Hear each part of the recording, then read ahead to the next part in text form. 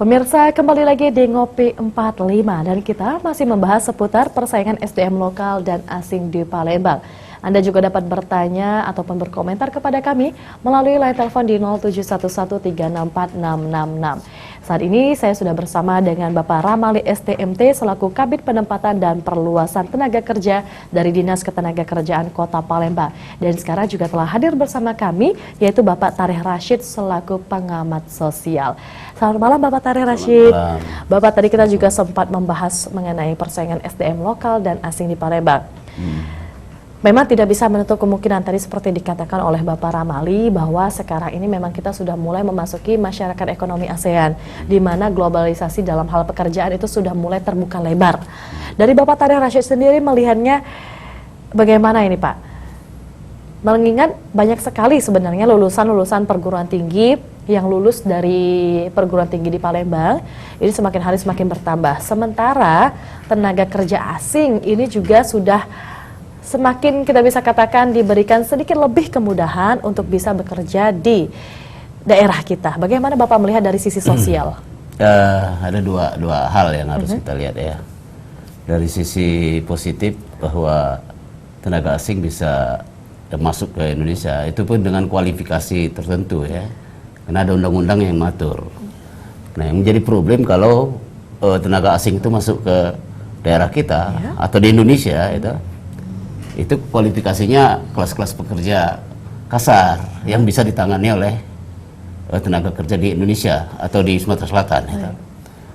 Nah, kalau dia tenaga kerja yang memiliki kompetensi baik seperti punya kemampuan teknologi, pengetahuan, ini bisa mentransfer sehingga ada sharing pengetahuan di pegawai itu atau di tenaga kerja itu Nah, dengan demikian ada transfer teknologi, ada transfer pengetahuan. Tetapi itu tadi saya nggak tahu persis datanya berapa tenaga kerja asing di Sumatera Selatan. Tapi kalau menurut data-data yang saya baca di media massa itu sekitar 500-an katanya kan. Malah anggota dewan bilangnya sekitar 800 lebih dia bilang kan. Ini nggak jelas datanya kan. Nah, dari data katakanlah seribuan, dari seribuan itu berapa yang tersebar di berbagai kabupaten? Mungkin Bapak bisa menjelasin nanti ya. Kemudian di Palembang, khusus di Kota Palembang, ada berapa di sektor mana saja? Tapi bisa diduga, tenaga asing ini pasti berada di sektor pertambangan, perkebunan di Sumatera Selatan ya. Kemudian di sektor-sektor industri ya. Nah, problemnya kalau dia adalah tenaga kasar yang masuk, ini kan belum kita identifikasi. Mungkin dari dinas tenaga kerjaan bisa menjelaskan. Kalau yang masuk itu tenaga kerja kasar, itu artinya sudah terjadi pelanggaran terhadap undang-undang. Nah, di dalam Perda di Sumatera Selatan juga mengatur kan. Artinya meskipun pemerintah kota dengan kabupaten itu memiliki otonomi, tetapi di dalam tenaga kerja ini dia harus memberi masukan kepada data kepada provinsi, dalam hal ini gubernur, karena gubernur itu kan wakil pemerintah pusat.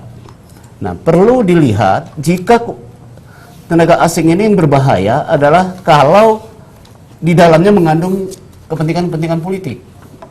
Nah, ini berbahaya. Apalagi misalnya tenaga kerja asing yang di dalamnya mengandung kepentingan politik, seperti kita lihat sekarang kita banyak sekali tenaga kerja asing dari Cina ya. Kita tahu negara Cina, kita bukan anti kerjasama dengan negara-negara luar, bukan, tetapi tidak berarti kerjasama itu mengekspor juga ideologi yang berada di negara tersebut. Ini bertentangan dengan ideologi kita. Di media tersebar ada bendera di salah satu kabupaten berkibar. Baik. Ini word apa maksudnya? Di sebuah perusahaan yang berada di luar arena perusahaan mengibarkan bendera. Nah, ini yang saya bilang di dalam kerjasama dengan perusahaan investasi asing itu harus dicermati harusnya kontrak-kontraknya Kalau kontraknya adalah bagian juga tenaga kasar kemudian juga merugikan dimensi-dimensi nasionalisme kita, mengancam stabilitas daerah kita, nasionalisme kita, kebangsaan kita. Saya kira segera diputuskan ini. Baik, bagaimana ini maksud saya, artinya kita tidak anti kerjasama dengan negara asing, juga kita tidak anti dengan tenaga asing bekerja di Indonesia, tetapi ya, kalau yang kejadian itu kayak di Mariana atau di Kabupaten Banyuasin, ini jelas ada dimensi politiknya. Gitu. Baik, bagaimana Bapak Ramali menanggapinya? Apa yang bisa dilakukan oleh Dinas Ketenagakerjaan jika hal-hal yang melanggar peraturan undang-undang Indonesia khususnya terjadi dalam tenaga kerja asing yang bekerja di sini?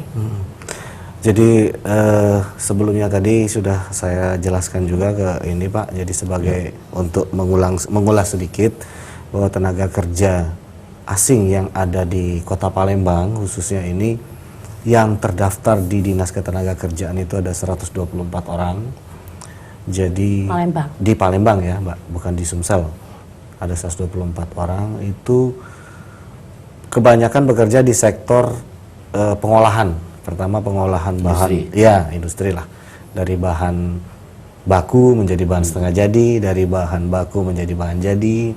Ada juga di sektor pertanian atau perkebunan, terus ke pendidikan. Ada juga yang di keagamaan gitu. Ada beberapa orang itu. Dan untuk yang terdaftar di kita, sebagian besar itu hampir 50%-nya itu orang-orang dari Asia Tenggara gitu. Dan yang terbesar adalah dari warga negara Thailand. Dikarenakan ada perusahaan penanaman modal asing dari Thailand kan. Nah, yang dari RRC itu malah tercatat di kita itu cuman ada 6 orang gitu.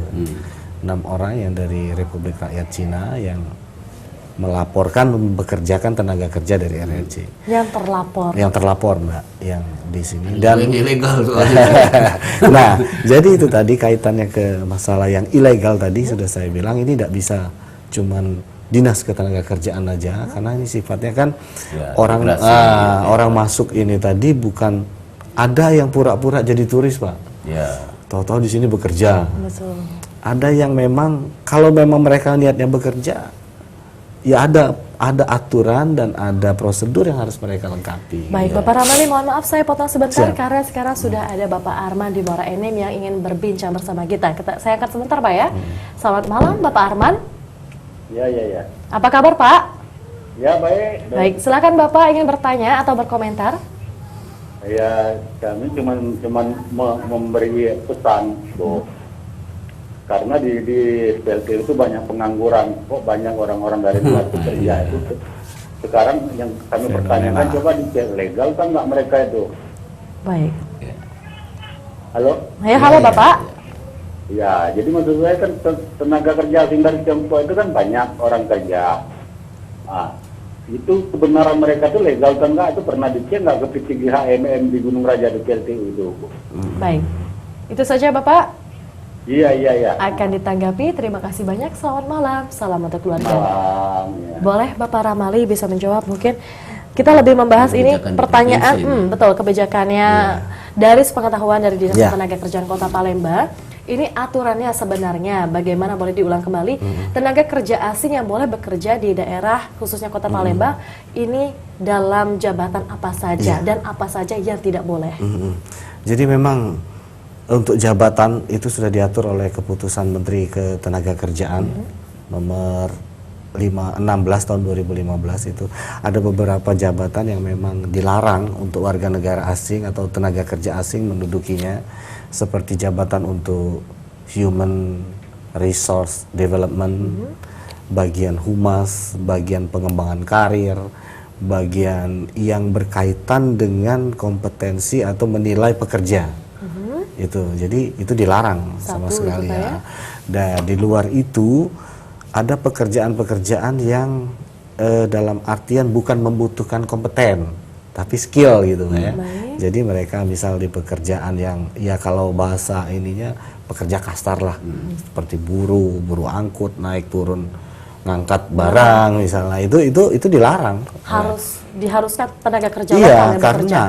Karena begini, kementerian kita juga sudah mengatur bahwa setiap satu orang tenaga kerja asing itu harus perusahaan yang mempekerjakan tenaga kerja asing harus menerima 10 orang.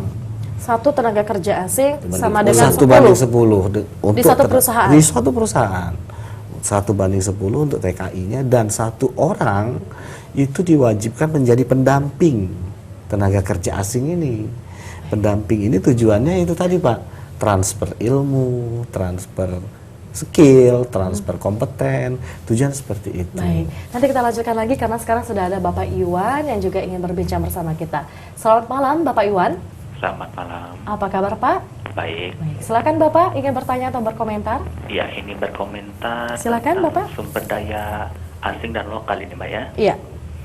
Nah, ini pengalaman adik saya ini. Adik saya ini adalah tamatan STM, Mbak. Tahun 2002. Dia itu di bidang otomotif mobil, Mbak ya. Otak-atik mobil lah, kasar itu bengkel lah.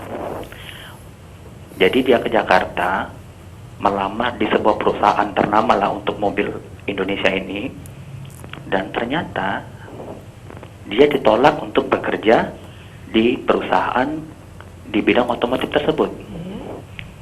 Jadi dia melamar di Jepang.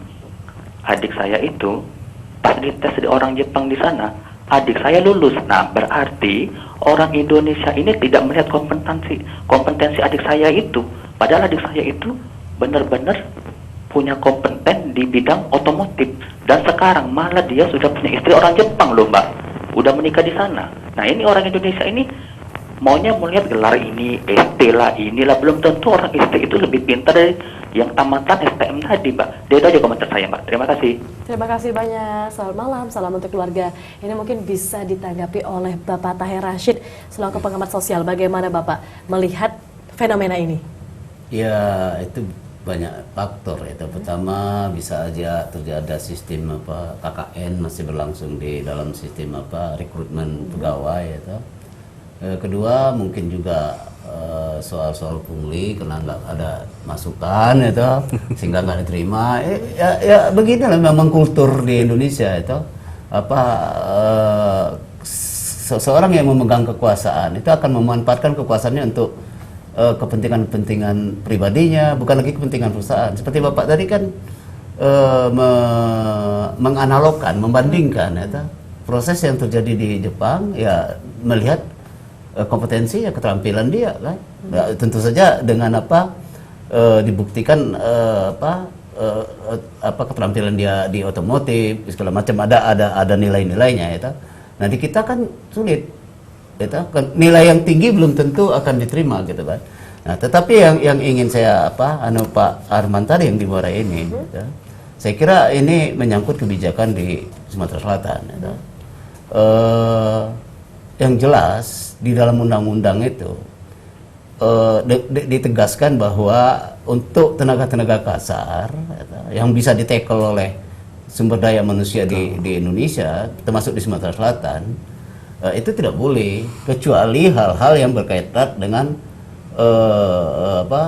spesifikasi keahlian, kompetensi keahliannya. Nah, itu boleh. Misalnya ahli ada mesin yang diolah itu kalau nggak ditekel dia nggak bisa berjalan misalnya. Nah, ini perlu gitu loh. Nah, disinilah ada proses transfer knowledge tadi, transfer pengetahuan itu. Nah, sehingga bisa meningkatkan kualitas sumber daya manusia di Sumatera Selatan. Andai kata itu terjadi di Sumatera Selatan. Nah, problem yang kita hadapi adalah di satu sisi jumlah angkatan kerja di Sumatera Selatan juga tinggi, tapi ruang kesempatan kerja juga dikit, gitu. Nah, kalau umpamanya ada investor masuk dengan dalam tanda petik ada juga ikutan tenaga kerja kasarnya, ini jelas menyingkirkan tenaga kerja di Sumatera Selatan. Nah, ini tidak adil. Kebijakan ini tidak adil. Itu yang sebenarnya yang dipertanyakan oleh Pak Arman di Muara Enim tadi. Tapi saya kira gubernur sebagai representasi pemerintah pusat, dia akan melihat aturan-aturan main di dalam rekrutmen SDM itu. Tapi yang ingin saya jelaskan, meskipun kecil tenaga kerja asing yang masuk di Indonesia, tetapi dalam tanda petik dia memiliki ideologi yang akan dibawanya seperti yang terjadi di Banyuasin, itu jelas. Ada bendera Partai Komunis di Cina berkibar, gitu. Nah ini yang berbahaya gitu loh. Baik. Nah ini harus ada langkah-langkah tegas dari dinas ketenagakerjaan, termasuk gubernur dalam hal ini. Baik, nanti kita akan tanyakan ini bagaimana masalah kebijakan tersebut kepada Bapak Ramali. Namun sebelumnya saya ingin bertanya mengenai tanggapan Bapak Ramali seputar Bapak Iwan tadi yang dialami oleh adiknya yang sekarang bekerja di Jepang. Yang pertama-tama saya ucapkan terima kasih pada Pak Iwan, dan saya juga mengucapkan selamat. Kalau kata orang di Indonesia nggak keterima, malah keterima di Jepang. Tapi itu tadi memang toh perusahaan-perusahaan yang ada di Indonesia itu juga kebanyakan juga kan dari penanaman modal asing, apalagi yang di bidang otomotif ya. Mungkin itu tidak ada yang asli dari Indonesia. Nah, jadi ya bagus sebenarnya kalau itu keberuntungan sekali buat adiknya Pak Iwan itu, yang di cabang istilahnya malah nggak keterima, di pusat malah ini. Setidaknya bisa menunjukkan kepada perusahaan yang di nasional, saya bisa lebih berkompetensi di luar negeri. Baik, nanti kita akan tanyakan ini seputar tadi yang sempat dipertanyakan oleh Bapak Tareh Rashid dan juga pemirsa di rumah. Bagaimana ini jika kita melihat adanya tindakan yang melanggar peraturan undang-undang, apa yang bisa kita lakukan sebagai masyarakat Indonesia, khususnya masyarakat Palembang. Nanti kita akan lanjutkan kembali, pemirsa. Tentunya Anda dapat berpartisipasi bersama kami melalui line telepon di 0711 364 666. Tentunya kita akan membahas seputar persaingan SDM lokal dan asing di Palembang. Kami akan kembali sesaat lagi, tetap di Ngopi 45.